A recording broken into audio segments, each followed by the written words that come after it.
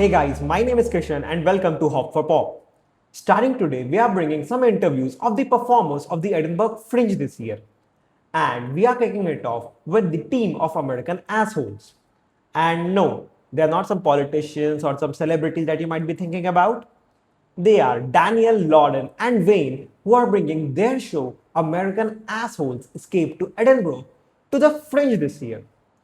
The show is about, um, uh, well, I guess it's better if we let them tell what the show is about and also a little bit about their personal journey as an artist.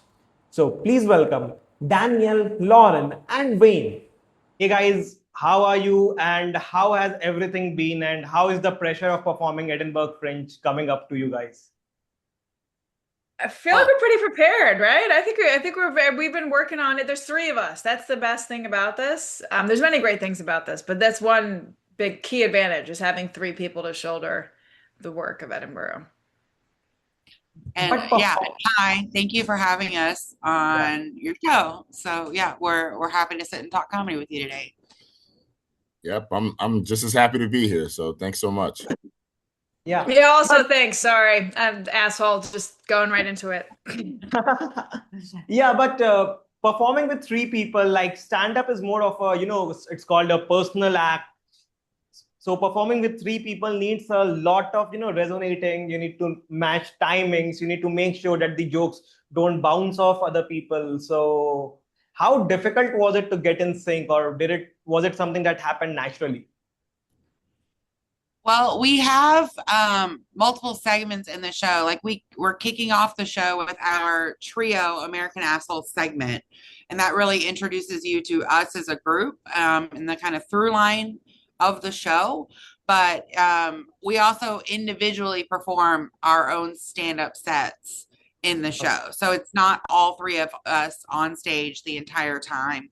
But one of the things that attracted us to working together was that there is this natural through line of, dissecting identity, politics, and why Americans might in fact be the worst in our individual sets. So rather than trying to just put together a show just to take it to Fringe and then try to fit into this box, instead we really did a deep dive into our individual sets and who we are as comics and what we talk about, and we put together a show around that. It seemed a lot more natural that way, and that it made a lot more sense because there are things that individually we like to explore. We just have a different voice in doing that, in taking on those topics. So you get both. You get the three of us together in the show on stage at the same time, bouncing off of each other. But then you also get an individual set from each of us. And then I think too, when we were like, for the segment together, we have a premise that we are feeding off, and it's each of us, when we're writing, we're going to come up with things that are in our own voice and very attuned to like how we see things. So and how we like to put things. And so that's where we have a lot of opportunities even together where that, and that's how we navigate all of our different styles and all of our different viewpoints is we have the same premise and then we bounce off that. And just to add, it helps that we all actually get along too. So Yeah. we've been in front of each other more and more over the last few months, getting to know each other's nuances and different quirks that we have. So we apply that to the stage as well. So it's not just like an overnight process, but it's months in the planning and the creation of getting us collectively cool together. Oh, that's great. That's wonderful. And since you talked about your individual acts also, as a stand-up comic, I think the one of the best moments in your life is getting your first laugh on stage. So I would like this to be an individual questions, and I would ask each one of them that, okay, we'll start with Wayne. He has been going last all the time. So we'll start off with Wayne. Wayne, how was the feeling of getting your first laugh on stage? I'd imagine it was like when people first get a cool drug or not so cool drug like crack or something. No, it was it's a high that you can't quite explain, but you want to chase it again and again. So the first laugh that I got was just like, oh my goodness, it's like euphoric feeling in your body. Uh, Danielle, what was your experience with your first laugh? I think a lot of the first laughs came before I even hit the stage, and I think that's probably true with most career comics. You know, you kind of you are funny on your own, and then you're obsessed with comedy and you love it, and you figure out how to put words in a certain sequence so that it gets a laugh consistently. But I think the funny is already there. I think like it's the lens and the way that you look at things. So yeah, I mean that playfulness and the laughs and the silliness like that, you know, being most talkative, like all of those things I think are probably pretty consistent amongst most comedians. So yeah. And Lauren, what about you? I think of like being at the first bigger show where there was like more than just 20 people in the audience. It was like a bigger show and feeling like it was like bombs going off, you know, and that's just such a high to like feel that like effect from your words. And it's not just, you know, when that many people say you're like that is funny, like that is funny. It's undeniable. And that's like a high definitely chase that level. Yeah, And there is something true to that, Lauren, where it's fun when you have a bigger show and the laughs, you have to wait for them to like make their way through the room and then wait for the pause and the silence to come back so that you can get into it's like extra long. It's like that extra long feeling is And you it get is to like bask in it. You're like, I did and you it. know, like to take in your first laugh, because you know you have been like your setup is going through your head. Okay, we're performing, and then you need to like to wait so that the room could settle, and then bring in your like next joke. I think it's easier individually, but it should be tougher doing in a group. Oh, when we're doing well, our segment is structured so it's like each of us. So we're not like so we're each of us has a specific without giving it all away. Each of us has a punchline at a specific time, and so that's how we handle it by using a format that makes sense for that. Yeah, but that takes a lot of practice, like even more than regular open mics and everything. How did you guys work on this show? Like, how did this idea came to you, and who pitched who thought that okay, we'll three will go best together? So how did it all began, this American assholes thing? I think because Danielle and I were like writing together, and we'd get together and write, and then we talked about I don't know who said it first, but it came. I were like, let's go to Edinburgh, and then I don't know how Wayne we're like, let's get Wayne. I was just walking along one day and they're like, "Hey, you want to go to Edinburgh with us?" But I think Danielle, you have more insight on that question, for sure, right? I mean, it just really came down to the fact that like we performed together in these different spaces, and we also like Wayne and I had wrote together, and we've talked about comedy every single day, sometimes hours a day for the last several years. Lauren and I have gotten to where we would get together and do these writing sessions and got to know each other's material really well and look at comedy through all these different viewpoints. It's like, all right, so like that's sarcastic, that's metaphor, that's character. Like, how do you change it? How does it change when it goes to that next idea? And being able to really sit down and like break down each other's sets and go deep into it. Or, if we're at a gig and, I'm like, oh, Wayne, you should do that bit. You know what I mean? Like, because we get to a point where we know each other's material naturally so well, you really start to understand where the threads cross over between each other's work. So Lauren had gone to Fringe before as a solo act. And she and I had talked about our goals, and like one of the goals being for, to do Fringe this year. But as we're getting to know each other's writing and each other, the things that interest us and the things that trigger us, and like, oh, that's something I got to talk about. It became a thing where the puzzle pieces kind of just fit together naturally. It wasn't a forced, oh, this is what we want, but it's that balancing act, and it's really looking at three individual identities, three different lenses, but we're tackling a lot of the same stuff. We've used the analogy before that, we're kind of being bit biting the same rabid things, you know? So it's like looking at it that way, it wasn't a forced thing. You know, why do people fall in love? Why do people hate each other? Why do people work well together? You know, those are kind of mysteries. I don't know that we can necessarily like put a hard, tangible or concrete thing to, but when there's something that you analytically challenge each other and you analytically can work through things together, and have that comedic dialogue with each other, and then the topics that we're interested in and the things we kind of, you know, tackle are in the same families, and then there's just a personal synergy with the three of us where we like each other. It just came together in a very natural way over, you know, the last year and a half. So I hope that answers your question. Yeah, it answered it perfectly. But there must be like, since there are three people, there must be like, okay, one of you, or maybe two of you have thought that, okay, this joke is maybe going too far, because the topic you're covering, as far as I know, are a little edgy, you can say, or talk about dissent and everything. So it must have been very difficult to write those materials also, that it doesn't get too edgy or it offends anyone, or you guys were just like, okay, it is funny, we will go with it. Yeah, I think serving the laugh is the biggest thing. Like we all kind of agree, like everything's in service of the laugh. The show's literally called American Assholes, so the idea of being offensive is not something we're running from or worried about.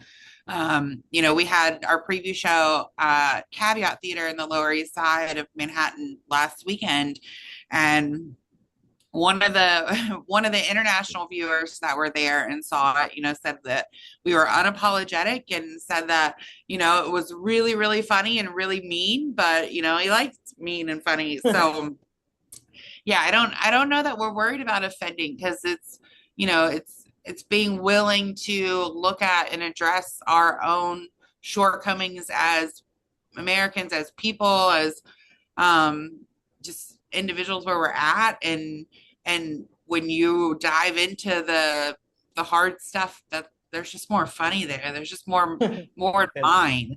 So yeah, I don't know that I'm personally worried about being offensive.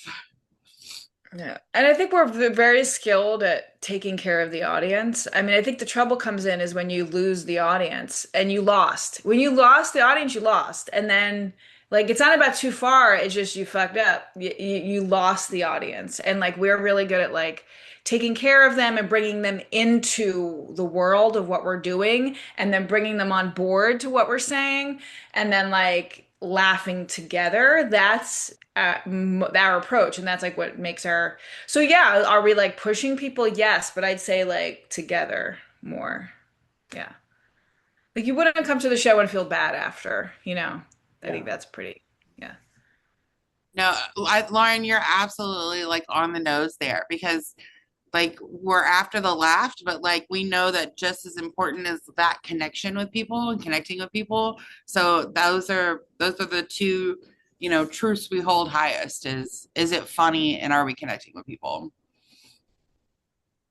I was actually considering the comedy scene that is going on in today's world. It is very difficult to take on such a topic, actually. And that is why I asked this question, that what went into your head that you're talking about Dissent, and that too in Edinburgh. So there is a phase in every comic's life that you guys are continuously bombing. There must be a small phase in your life when you are continuously bombing on the stage. So I would like to ask each of you individually, that what kept you guys going during that phase? Well, if there was even such a phase.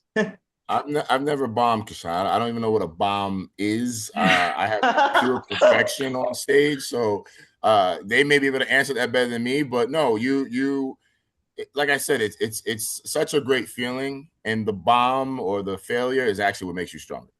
And the beauty of it is, the more you get on stage, the more audiences that you're in front of that are diverse. You can kind of see what works, what doesn't work. So it's like anything. You fall down, you get back up. You fall down, you get back up. But when you get back up, sometimes when you bomb, you usually grab like a bourbon.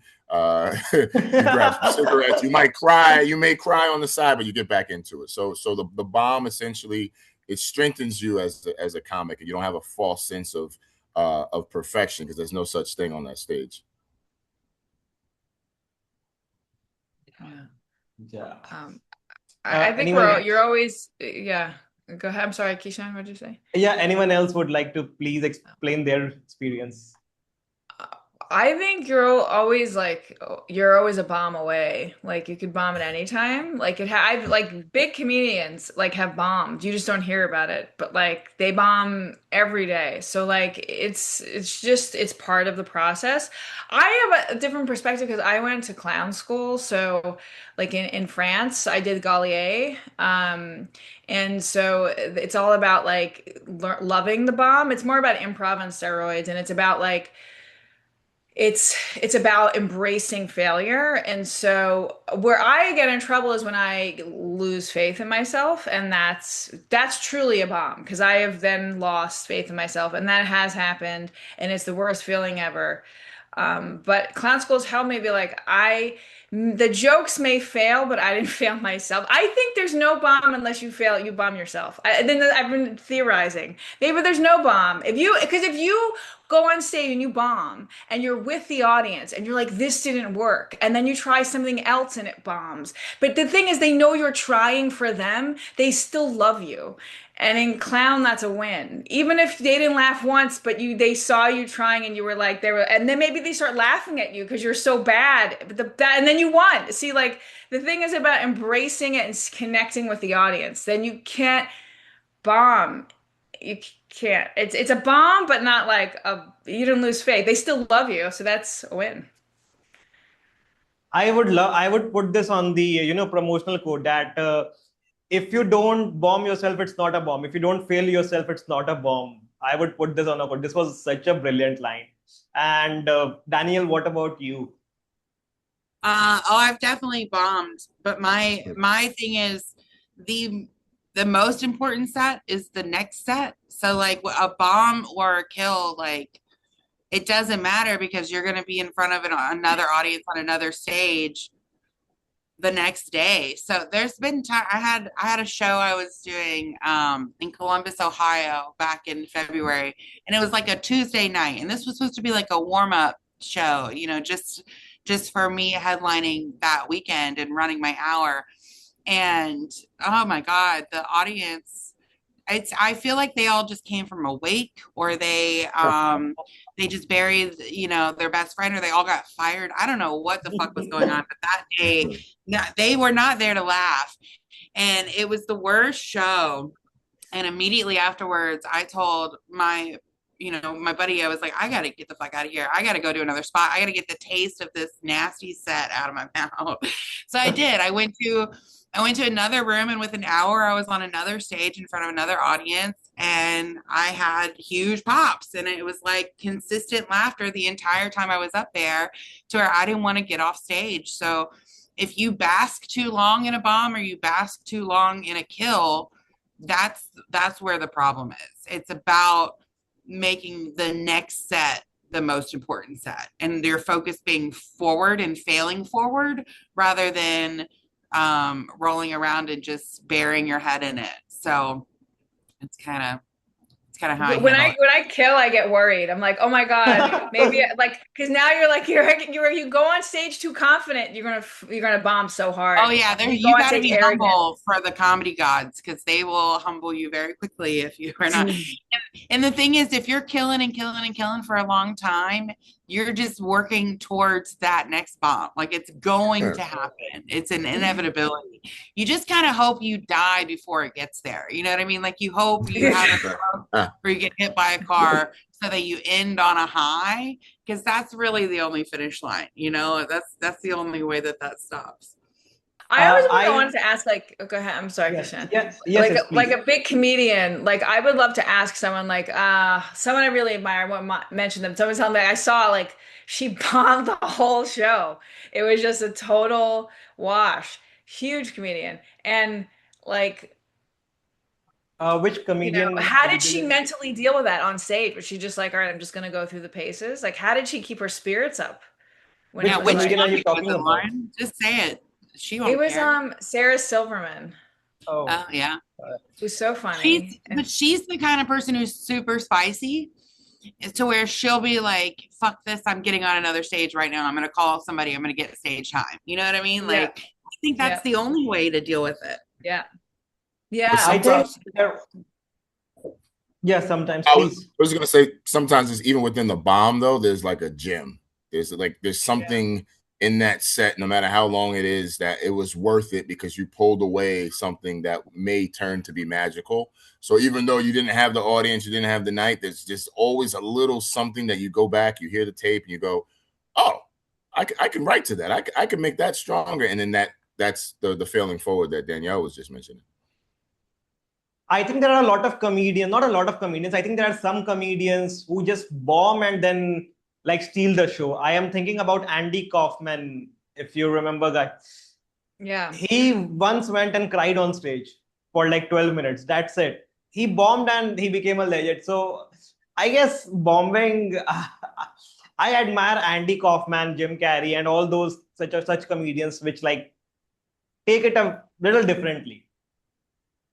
Well, that's the path. Like, you can't become a legend without going through bombs, because that's how you learn. That's how you get better. That's how you disseminate information. That's how you know what I mean? Like, edit.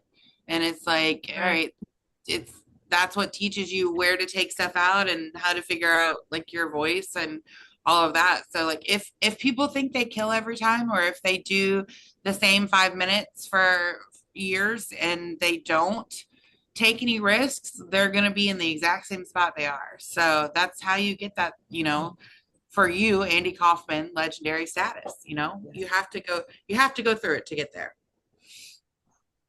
James Adomian was talking about bombing in front of Joan Rivers' crowd, and when he opened for Joan Rivers, and Joan Rivers told him to get off. So basically, he bombs, he gets off stage, and she goes out there and she screams at everyone, "You fucking idiot! You're so dumb because of this!" And she ripped the audience to shreds after the person bombed. She knew how to turn the audience around, and then she went right into her set after she berated them but in the best way that only Joan Rivers could. So I think it's Right. about knowing how to deal with that energy. Like there's no one like Joan Rivers. I always think whenever something goes wrong, I was like, well, would Joan Rivers have figured it out?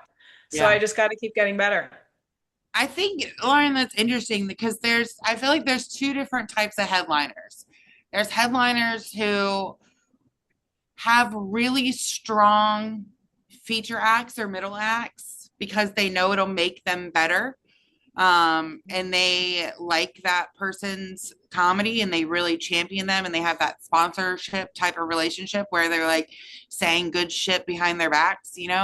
And there's those headliners, and then there's headliners who plateau because they're afraid to death that the person who goes before them is going to be funnier than them, and so they have a bunch of mediocre comics middle for them, and they never get to that next level because they're terrified.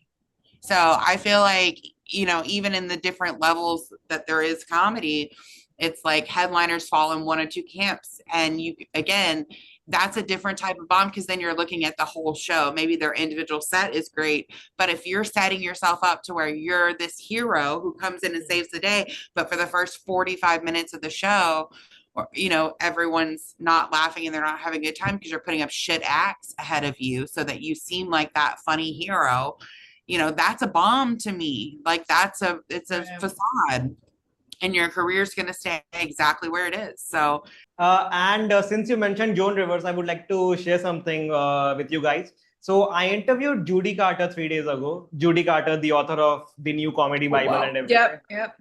So I like interviewed her, and she told me that Joan Rivers had the best laughs per minute. He had a laugh every 3 seconds, which is insane to get. that's high. That's high. Even her And getting back, physicality was insane. Yeah. Getting back to your show. I calculated that recently. I looked at a set and it was like a really good set. And I was consistently getting for the whole like 15-minute set, I was getting like 10 to 12 laughs per minute. So like a laugh every 3 seconds is almost twice that. Like that's really crazy. That's so high. And I'm getting back to your show. Since Lauren, you said that you went to clown school. So can we expect some physical comedy in this show? I think clown school mostly helped me get over a lot of, but what, wait, one, I am very physical and wacky. That's just like, even when I'm trying to be normal, that's just how I am. So, that's just it. That's just the vibe. Um, but I'm doing stand up, and clown school for me was um getting over like this boundary that I had created between me and the audience from being around too many shitty comedians and open Mhm. mics that have like just sort of it was bad. Well, because, and also even worse, I did stand up in character as Melania Trump for 3 years, which I got even more shit from awful douchebags. So I just had a lot of bad habits, and I need to get out of them. And there's nothing like clown school, like an angry Frenchman sitting at the audience with a drum, telling you that he'd rather kill himself than see you say another one of your stupid words. That will help you get over everything. So that for me was my method of like, so I'm very immediate in the audience, and that is that I'm very connected to the audience, but that's clown school training. But I think other comedians like Danielle and Wayne are like that too, but they came at it from a different tradition. But I think it's like, the same thing with religion. At the top of the mountain, doesn't matter how you get there, you just have to get there. So that was my journey to the top of the mountain. I don't know how to the top. They're not the top of the mountain. A precipice. I'm at somewhere. I'm at a ledge. You're on the top of holding on. a mountain. They're just maybe bigger mountains, but you're on top of a mountain. A mountain. Yes, the Edinburgh mountain, and then That's the kind of motivation I need. I'll just tell myself every day, okay, I have reached one mountain. I'll reach the other one soon enough. But can we expect some physical comedy or maybe some acting out or something like that? Some kind of comedy in sure. this Yeah, show? I definitely have a lot. I'm very physical. I have a lot of act outs. I'm wacky. I like to push the audience in different ways. Maybe I'll say this: sometimes we all use the whole stage. yes. You're coming and you're expecting someone just to stand in one spot, feet planted the whole time behind a microphone stand. Like that's not going to happen at this show. But yeah, we all use the whole stage. Yeah. Sure. I would like to ask Accents. Wayne something. I would like to ask Wayne something. He has been quite quiet for a while now. Oh, Wayne, what is your favorite part about this show? Oh man, it's just gonna be putting out my lens and my perspective in a quote unquote foreign environment. I've never been to the UK, so this is just new for me. But being able to do it alongside Lauren and Danielle, so I'm eager to just try to connect because I'm from New York. I'm a native New Yorker. I know this region well. I know America well, but it's like to level up. You want to find out, are you just regional? Are you national? Are you international? So I'm just so eager to figure out if I'm going to relate and how I'm going to pivot if I don't relate, which I will. I'm going to work it out. I got 10 straight nights. I'm going to work it out. But I'm just really anticipating trying to level up just my interactions with strangers that will ultimately they'll become assholes too when it's done. You know? See, that's great. And what about you guys? What are your favorite part about this show?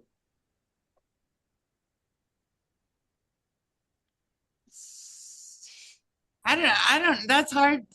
I don't know. It's because it's an hour. So, I like the whole show. Like, like I like what we have planned for audience interactions. I like our American Assholes act, like that segment of the show.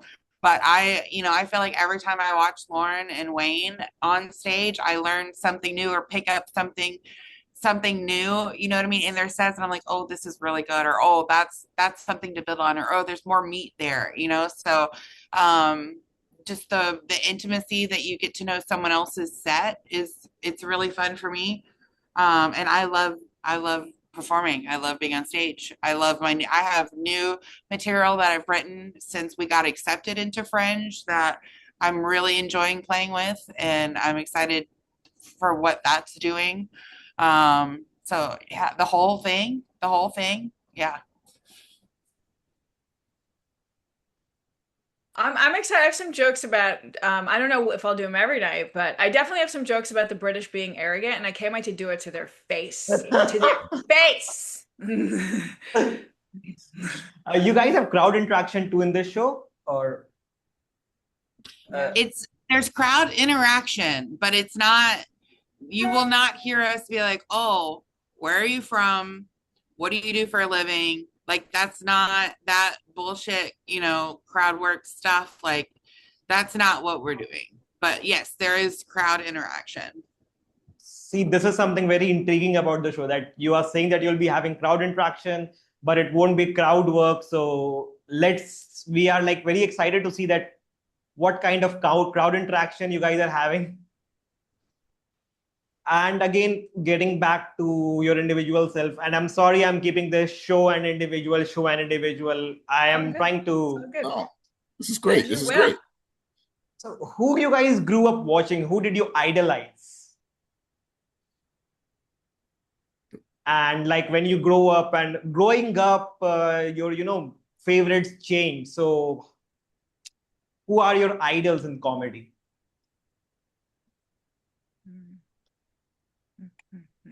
Okay, we can start with Joan Rivers. You said. I'll start and then let the ladies take from there. My growing up for me, I'm a huge comedy fan first and foremost. My dad used to tell me he used to take records, because back in the day it was like LPs, and on a Friday night and throw on Richard Pryor, smoke some weed, and just chill out and listen to Pryor. So that was my father growing up. It was like, no one's better than Pryor. No one's better than Pryor. That's it. Okay. But for me growing up, it was actually Chris Rock. And that was the first comic that I was able to watch with my father. And I turned to my right and he's actually laughing. So I'm like, oh, okay, this guy passes my dad's test. And it was just Chris Rock because of how his voice sounds cartoonish, but his topics are about race and living in America as a black man, and just very, very funny guy. So that was, for me, it was Chris Rock. And I'd probably still say it's Rock. There's so many other comics now, but Rock is the guy that got me really into this. Yeah, I really miss that. I really miss the fact that Rock doesn't give out more specials now, because one of the best thing that I love about Chris Rock is how he can repeat the premise 3 times, and all the 3 times it's funnier in different ways. 100%. Yeah. Mm-hmm. Danielle, who was your idol and who is your idol? So growing up, the first comic that I ever remember seeing, I saw on a recorded VHS tape. It was a Jimmy Carr episode, and it was Roseanne Barr, Jimmy Carson. Who is it? Who am I thinking of? Carson? Johnny Carson? Johnny Carson. And it was Roseanne Barr doing stand up on late night. That was the first one I really remember seeing. And I loved that she seemed like someone I would be related to. She seemed like somebody who would be in my neighborhood. Like, we didn't have money growing up, so it was all very reachable. And I was really young, when I saw that. But I listened to Lily Tomlin. I listened to George Carlin. I listened to Eddie Murphy. Like, I've probably listened to Eddie Murphy 100 times, to where it's like you're listening for the formulas. But growing up with Chappelle Show, like the Chappelle Show came out, when I was, I think, in high school, and I was obsessed with it and loved it. And so it's like you get that mix of sketch there, but my dad was always like, a Saturday Night Live guy. So watching that too. And just all of it kind of made up so much of my upbringing and my childhood and all of that. And then now it's like, I have a ton of comics that I don't know about if I idealize them or idolize them, but that I love. I love Jay Jordan because he's a joke machine. If you watch his hour special, you're getting an hour and a half worth of material easily. And I like the way that he doesn't pander or try to make his material overly accessible to everyone. It's like there's different things in there for everybody, but he's not, if you miss a joke, he's got another one coming in 2 seconds, so it's fine. Like I love that about him. I love Bill Burr, and I don't think he has these angry rants so much as I think he's an impassioned, no bullshit kind of guy. And I like the topics that he covers. Like I think he dives into things that are interesting to think about that'll make me laugh, but I'll still be thinking about that bit or that joke or that premise a week later, a month later, a year later. And that's kind of what happens with Burr. So Wanda Sykes is probably gonna always be in my Mount Rushmore. You know what I mean? She's incredible. And Greer Barnes, like if I could matrix upload any ability ever, it would be his ability to use manipulate his voice and his vocal cords the way that he does, to where he can go from being like a French bee to, you know what I mean, a cop to a taxi driver to a beatbox, or to a ping pong that's being hit across the table. Like his ability for voice manipulation is, I think, maybe the strongest that have ever done it. So, there's a ton of comics, and I feel like, I'm just, I'm not any one of them, but all of them have left this mark on me, so You mentioned so many names, I forgot who to discuss. But I'm glad you discussed Chappelle Show. Chappelle Show, we all miss Chappelle Show. And I think recently Dave Chappelle said to Eddie Murphy that if Eddie is ready, he might bring Chappelle Show back. So if we could even just get like an hour of like Chappelle with Eddie Murphy with I don't know, Wanda Sykes and maybe Greer and, a couple of new school guys. Matt Richards is another one who's hilarious. Like, if we could get those guys together for some kind of hour variety show, TV, sketch, stand-up ridiculousness, it would be a gift to the world. So, what about you, Lauren? Your idols and I didn't really watch comedy growing up, and I didn't really like comedy because it was every time I go into a comedy club, it was just some douchebag standing on stage making everyone feel really bad. Very racist, very homophobic. I just very misogynistic in nature. I just hated it. I didn't like it. And then I think I saw Maria Bamford or someone. And I would like the people I would love to laugh at were like in my family. I come from an Italian American family, and like just laughing at my aunties being crazy and being like, "What are you talking about?" They're just all like their arguments and how they argue with each other and the vendettas and the gossip. That to me was really funny. So I love laughing at them. But I don't know, I didn't watch like a lot of comedy people like were growing up watching comedy. Like I didn't really watch SNL so much. I didn't do any of that. I don't know. I just didn't. And so I got into comedy, I would say, by performing myself and then learning about different comedians. So now I like Maria Bamford's like my favorite, and Gina Yoshuri is one of my favorite comedians. Mark Maron. So those are some of the people that like I always go to and like look at their stuff. And then all the people that Danielle and Wayne talked about as well. Yeah. Sorry for sending you down memory lane, but now I would like ask you about your show. And if a person is visiting your show, if a person is buying your tickets, or like it's like paid who pay or whatever the system is out there. But if a person is coming to your show, what should they expect? What would you say to a person who is planning to come to your show? I would say just come and have a good time. Like come if you want to have a good time. Like that's the main thing. If you want to have a good time, you should come. And yeah. And if you want to come and you want to be an asshole back to us, we have the microphone. You're gonna lose really badly. But we'll laugh together after. So I think that's what I'd say. Just come. Just come. Come to your time. I think we do, because of the name of the show, the show being called American Assholes. I think we do expect people to kind of show up with a little bit of a preconceived notion and a little bit of judgment of like either what they expect to see or what they expect us to be, because of the title of our show. And that's not really accidental.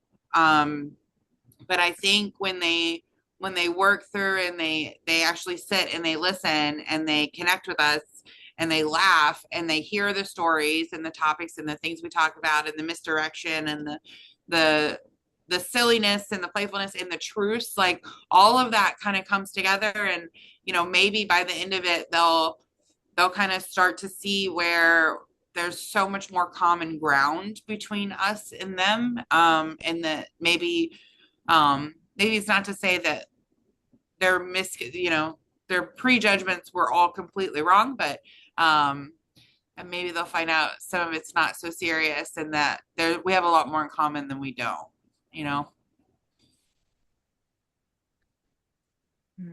So I guess I'm supposed to input too. Yeah. No, I think they summed it up pretty well. But I'm just they expect some fun from us.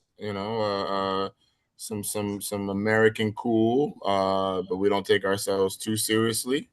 But I think it's just gonna be a fun interaction. So I think if people come, it's gonna be like hanging out in the pub. That kind of fun energy. That's what we're bringing. And I'm just grateful and appreciative to have anybody in the room so we can connect, but I think people are going to have fun.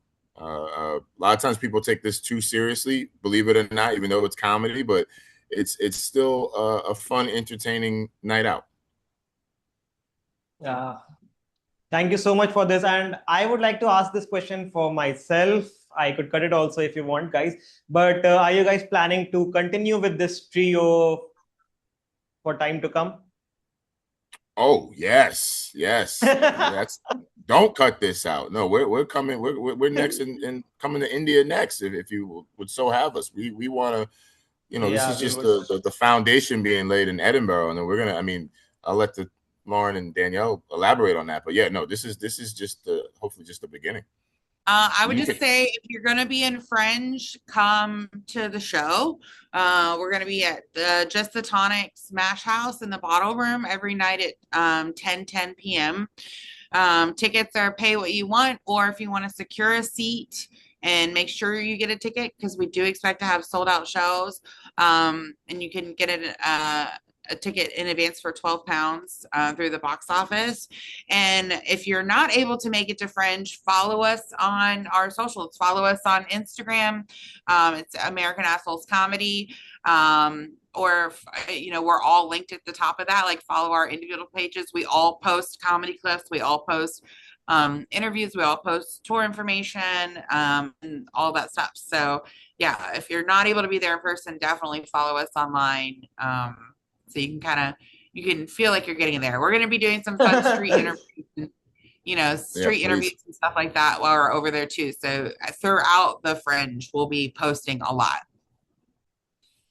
Thank you so much, guys. And if you guys need any kind of help with social media, I'll be reposting most of your stories. So don't worry about that. I'll be helping. And Thank you. I'm sorry that this was not your traditional promotional interview. I just wanted people, like, you must have been bored doing all the same things again and again. So I wanted to make it a little more No, personal. this has been a lot of fun, and we get a lot of the same questions in articles and stuff like that. So it's a lot of copy and paste. So thank you for making it fun and asking interesting questions.